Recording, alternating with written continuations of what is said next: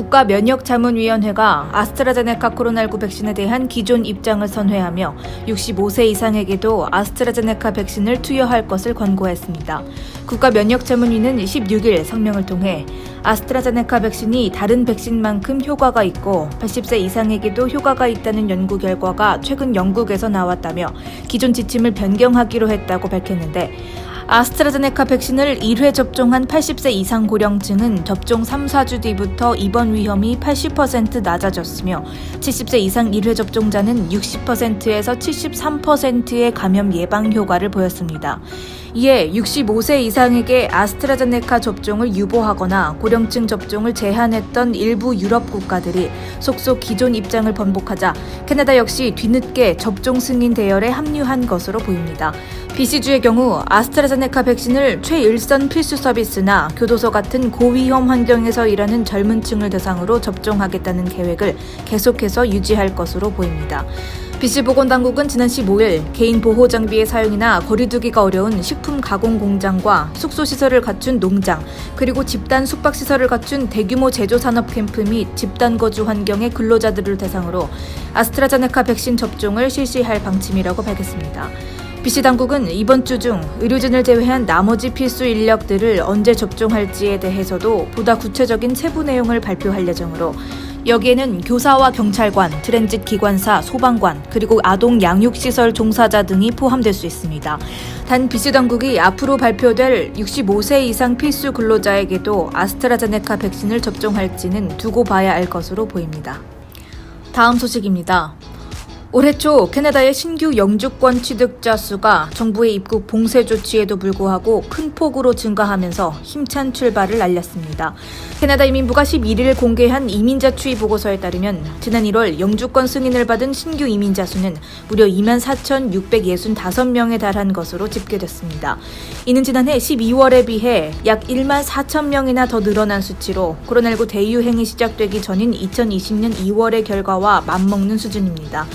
보고서는 지난 1월은 코로나19 대유행 이래 받아들인 신규 이민자 중 가장 많은 수를 받아들인 달이라며 캐나다는 올해 40만 명의 이민자를 수용하기 위한 목표에 한 발짝 가까워졌다고 평가했습니다.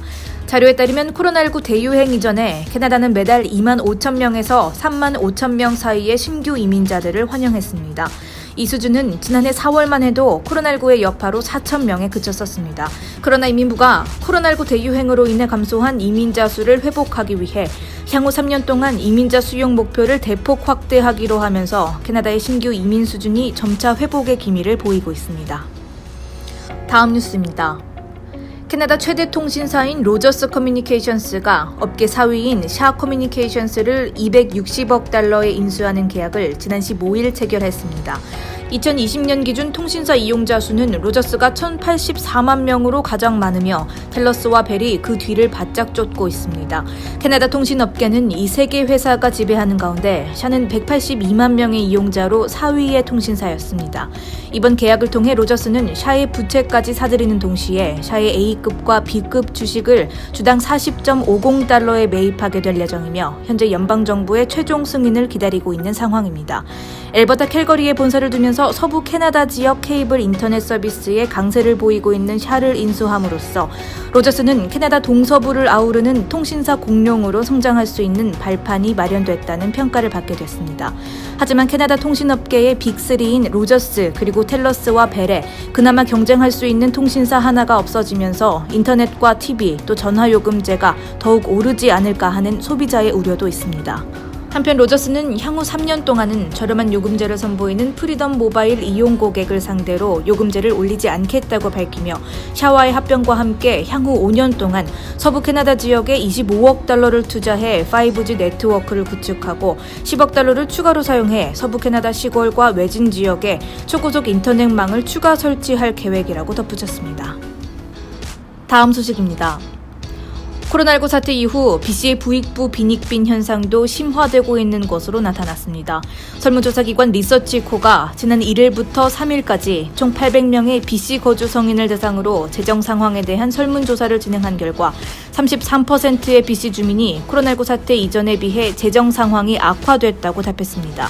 이번 조사를 통해 지난 1년 사이에 BC에서는 소득 양극화 문제도 더 심각해지고 있는 것으로 확인됐는데 가계소득이 10만 달러 이상인 응답자 중에서 27%는 코로나19 사태 이후 상황이 나아졌다고 답한 데 비해 재정이 악화됐다는 10만 달러 이상 가계소득자는 20%에 그쳤습니다.